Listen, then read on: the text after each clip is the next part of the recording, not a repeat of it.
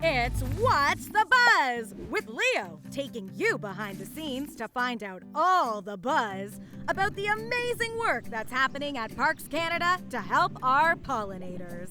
PollinHeads, today we're meeting up with Maddie from Bruce Peninsula National Park to find out how they're lending a fin to help out not just a pollinator pal, but its BFF pollen provider. So Maddie, who's that prickly plant in front of you?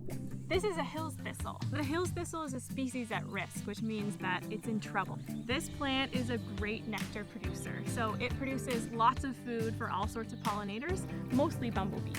It's like they say, PollinHeads, never judge a plant by its thorns. The American bumblebee is one of the main pollinators of this plant, and it is also a species at risk, meaning they are also in trouble.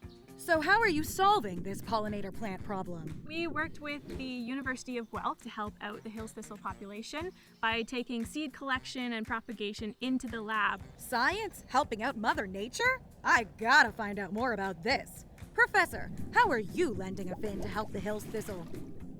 Well, this lab is growing Hills Thistle in controlled environments. They are given the best possible care. So what exactly is this technology you're referring to? Call this test tube technology. We can take a very small part of plant, it could be a seed, it could be a bud, and then we multiply them in very large numbers. Well, this sounds pollen-credible to be able to grow as many Hills Thistles as you could ever want. Amazing! Once we have generated hundreds and thousands of these plants, we can plant them in nature. We can also preserve them. We can put them in cold storage, in liquid nitrogen. So how many Hills Thistles have you planted with your pals at Parks Canada? We have planted 450 plants of Hills Thistle in Parks Canada.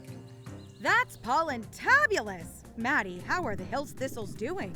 Every year we go out and monitor these plants, which means we go out and count them. They're doing what they need to do, and they are making a bit of a comeback here. Ooh, I bet the bees are happy then. Definitely, the bees are getting much happier now that they have more food and that they've got more plants to visit. Aw, science being a BFF to nature. Who knew technology could be such a good friend to the natural world? We need our pollinating pals, and they need us. Together, we're just all friends who need each other. Later, pollinators!